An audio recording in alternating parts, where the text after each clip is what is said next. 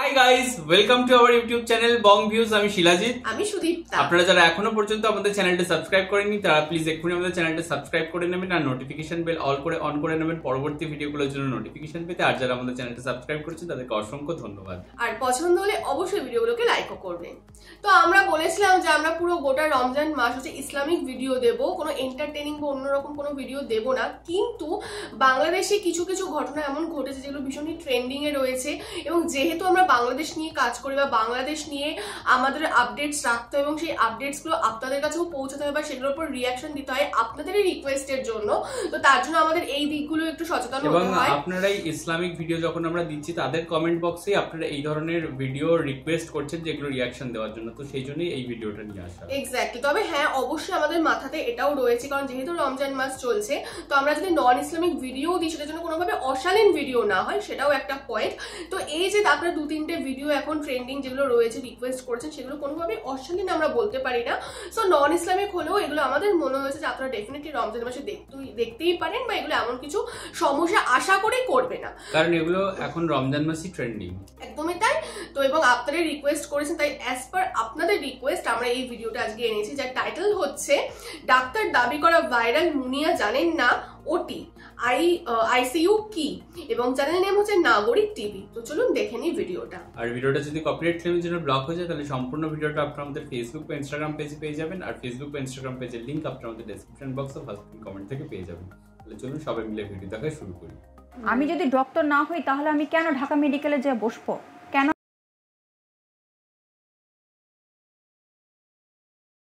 আমার না সিরিয়াসলি ভিডিওটা দেখার পর বা আরো দেখার ইচ্ছা ছিল যে তারপরেও উনি আর কি কি মিথ্যে ঝুড়ি নিয়ে বসেন, এবং সত্যি এটা দেখার পর সাধারণ মানুষের জন্য চিন্তা করুণা অনেক বেড়ে গেল। কারণ এইরকম যে ডাক্তারে যারা ওনার কাছে চিকিৎসা নিয়েছে তারা যে কতটা অসহায় তাদের অবস্থাটা ভেবে মানে দুঃখিত।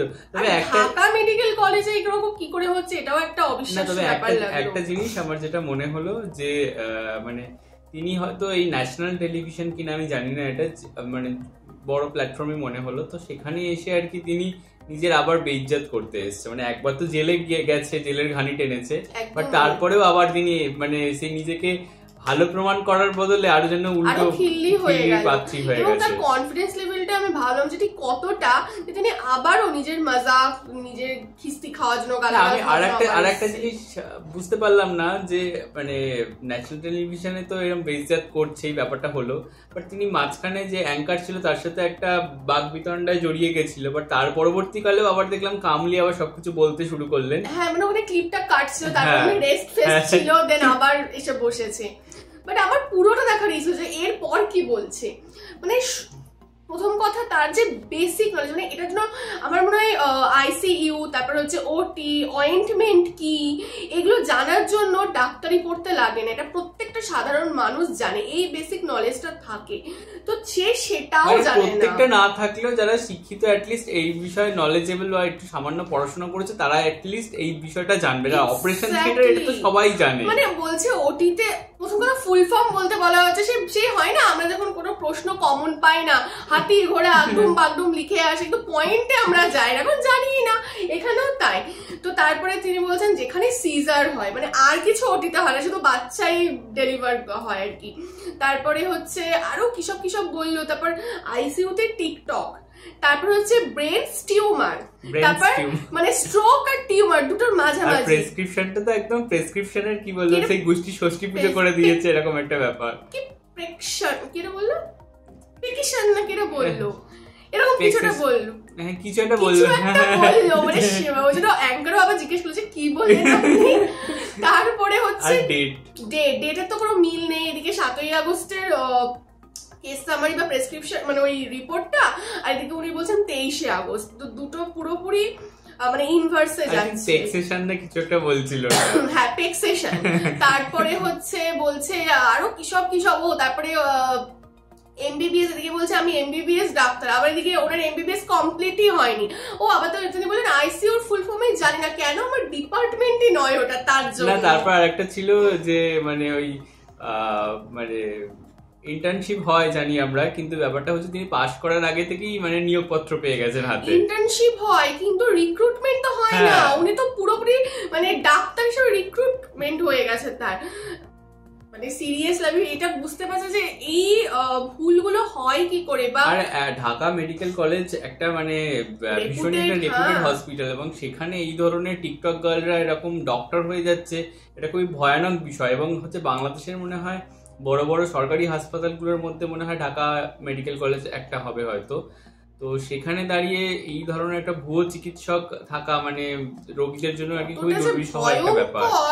মানে উনি বেসিক নলেজটুকু পর্যন্ত জানেন না। ভেরি অনেস্ট, একটা কথা সত্যি শুনতে খারাপ লাগলেও আর মানে বাংলাদেশের অন্যান্য ডাক্তারদের প্রতি রেসপেক্ট দিয়েই বলছি যে এই সমস্ত ব্যাপারের জন্যই হয়তো মানে বাংলাদেশের মানুষের বাংলাদেশের চিকিৎসা ব্যবস্থার উপরে আস্থা হারিয়েছে, এবং তারা হয়তো এই জন্য মানে আমাদের ইন্ডিয়া বলুন বা সিঙ্গাপুর বলুন বা ইউএস যাদের পয়সা রয়েছে তারা হয়তো ওইখানেই যায়। একদমই তাই। আর আমি তো এটা বুঝতে পারছি না ইনি মানে যে এমবিবিএস পড়ছেন এটাও আমার ঢপই লাগলো, কারণ যে এমবিবিএস পড়বে এসএসসি পাস শুনলাম এক্স্যাক্টলি, মানে যদি এসএসসি পাস হয় সেটাও যে কত কোয়ালিটির স্টুডেন্ট সেটাও বোঝা গেল, তার কথা, তার উচ্চারণ, প্রেসক্রিপশন যদি কেউ উচ্চারণ করতে না পারে। এটা যেভাবে পড়লো, ও আচ্ছা ইংলিশটা, কেস সামারি ইংলিশ, মানে হয় আমরা ছোটবেলায় কি পড়তাম যে কতগুলো অর্থপূর্ণ শব্দ পাশাপাশি বসে যদি তার অর্থ প্রকাশ করে তখনই তাকে আমরা বাক্য বলি। তো ওখানে জাস্ট মনে হলো যার মোটামুটি ইংরেজি জানতো, পিপল হ্যানা ত্যানা সব পরপর বসিয়ে দিয়েছে, এবার তুমি বুঝে নাও এর মানে কি। ব্যাপারটা হচ্ছে ওখানে যে দাড়ি কমারও একটা ভূমিকা থাকে, মানে ফুল স্টপ বা কমারও একটা ভূমিকা থাকে, সেগুলো কিছু নয়, সামঞ্জস্যতাই ছিল না, মানে না কোনো গ্রামার না কোনো কিছু, মানে কিছুই নয়, কিচ্ছু নয়, মানে সিরিয়াসলি ভয়ঙ্কর। এবং মানে এনার কাছ থেকে যদি কেউ ট্রিটমেন্ট নিয়ে থাকে তারা যখন কি অবস্থায় আছে আমার এটা এখন ভাবনা আসছে। মানে সে হয়তো মাথা যন্ত্রণার মানে মাথা যন্ত্রণা নিয়ে চিকিৎসা করতে গেছে, তিনি হয়তো পায়ে ব্যথার ওষুধ দিয়ে দিচ্ছে, এরকম একটু মনে হচ্ছে। আইসিইউ তে টিকটক মানে আমি ওনার তো ছেড়েই দিলাম, উনি তো মানে আমি এরকম প্রচুর ডাক্তারদের দেখেছি যে তারা রিলস বানায়, তো কিন্তু তারা নিজেদের কাজটা করে তো তারপরে এসব করে, বা অনেক সময় হয়ে করে থাকে, বাট এমন নয় যে তারা নলেজেবল নয়, বাট এটা ভয়ঙ্কর।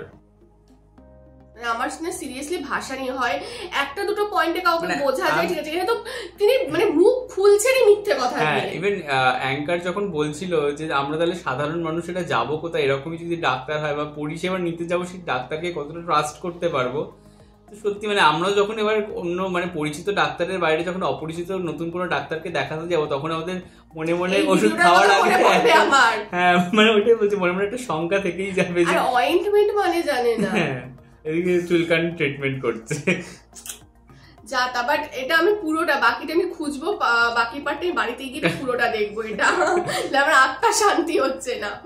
যাই হোক, এটা আমরা হাসছি ঠিক কথা, বাট হাসির ভিডিও তো এটা একদমই না, এটা যথেষ্ট সিরিয়াস একটা ব্যাপার এবং সেনসিটিভ ইস্যু, সেনসিটিভ এবং খুব প্যাথেটিক। এবং মানে এটা যেন কোনো রকম ভাবে কোনো দেশে না হয়ে থাকে, বা মানুষজন যারা হচ্ছে সরকারি হাসপাতালে চিকিৎসা করে যাদের সামর্থ্য সেরকম বেশি না, বা সামর্থ্যের থেকেও বড় কথা সরকারটা মানে সরকারি হাসপাতালটা ভরসার জায়গা কোথাও গিয়ে, তো যখন সেগুলো ট্রিটমেন্ট করাতে আছে সাধারণ মানুষদের জন্য একদমই, এবং তারা যদি এইরকম পায় রিটার্নে, তো মানে আমার কিছু বলা নেই। এবং এমনি নর্মাল মাথা ব্যথা, হাত ব্যথা, চুলকানি এগুলো তো ছেড়ে যাবে, কিন্তু ক্রিটিক্যাল সিচুয়েশনে বা কন্ডিশন নিয়ে যায় আইসিইউর মতো ট্রিটমেন্ট এখানে শুনলাম, মানে সিরিয়াসলি মানে এটা জাস্ট অকল্পনীয় ব্যাপার। তো এইরকম যত ভুয়ো, আমার তো মানে এদের না মানে গণধোলাই করা উচিত, কারণ এরা এটাই ডিজার্ভ করে যে বলছে কবরখানা, ওকে জেলে না মানুষের মধ্যে ওকে ছেড়ে দিয়ে গণধোলাই করানো উচিত, মানে এইরকম জাস্ট ভাবা যায় না। তো আমার মনে হয় প্রতিটা দেশে বা আমাদের মতো যারা হচ্ছে উন্নয়নশীল দেশ, সেসব দেশে আমার মনে হয় এইসব ভুয়ো ডাক্তারের স্কোপ বেশি, মানে এদের চান্সটা বেশি থাকে। তো এই সমস্ত মানুষদের ছাঁটাই করে মানে খুঁজে খুঁজে বার করে তাদের রীতিমতো কঠোর শাস্তিমূলক ব্যবস্থা করা হচ্ছে, যাতে আর কোনো মানুষ এরকম মানে দুঃসাহস করতে না পারে, কারণ এটা মানে ক্রাইমেরও অনেক ওপারে, মানে আমার মনে হয় মানুষ খুনের থেকে এটা ওপরে যায়, মানুষের জীবন নিয়ে খেলা আর কি। একদমই তাই। তো যাই হোক, ভিডিওটা আমরা দেখলাম, এটা নিয়ে আমরা যা বলার বললাম, আপনারাও কমেন্ট বক্সে জানাবেন, বা আপনারা পার্সোনালি এনাকে চেনেন কিনা, বা আরো কোনো ব্যাপার আছে কিনা যেগুলো ভিডিওতে বলা হলো না, সেগুলো আপনারা অবশ্যই কমেন্ট বক্সে জানাবেন। এবং এখন তাকে নিয়ে কি ব্যবস্থা করা হয়েছে, কারণ 1 বছর আফটার এই ভিডিওটা, হ্যাঁ আফটার এই ভিডিওটা এখন তিনি কি কিরকম সিচুয়েশনে রয়েছেন বা তার লাইফস্টাইল কিরকম, বা সে আবারও জেলে গেছে কিনা, ইত্যাদি ইত্যাদি।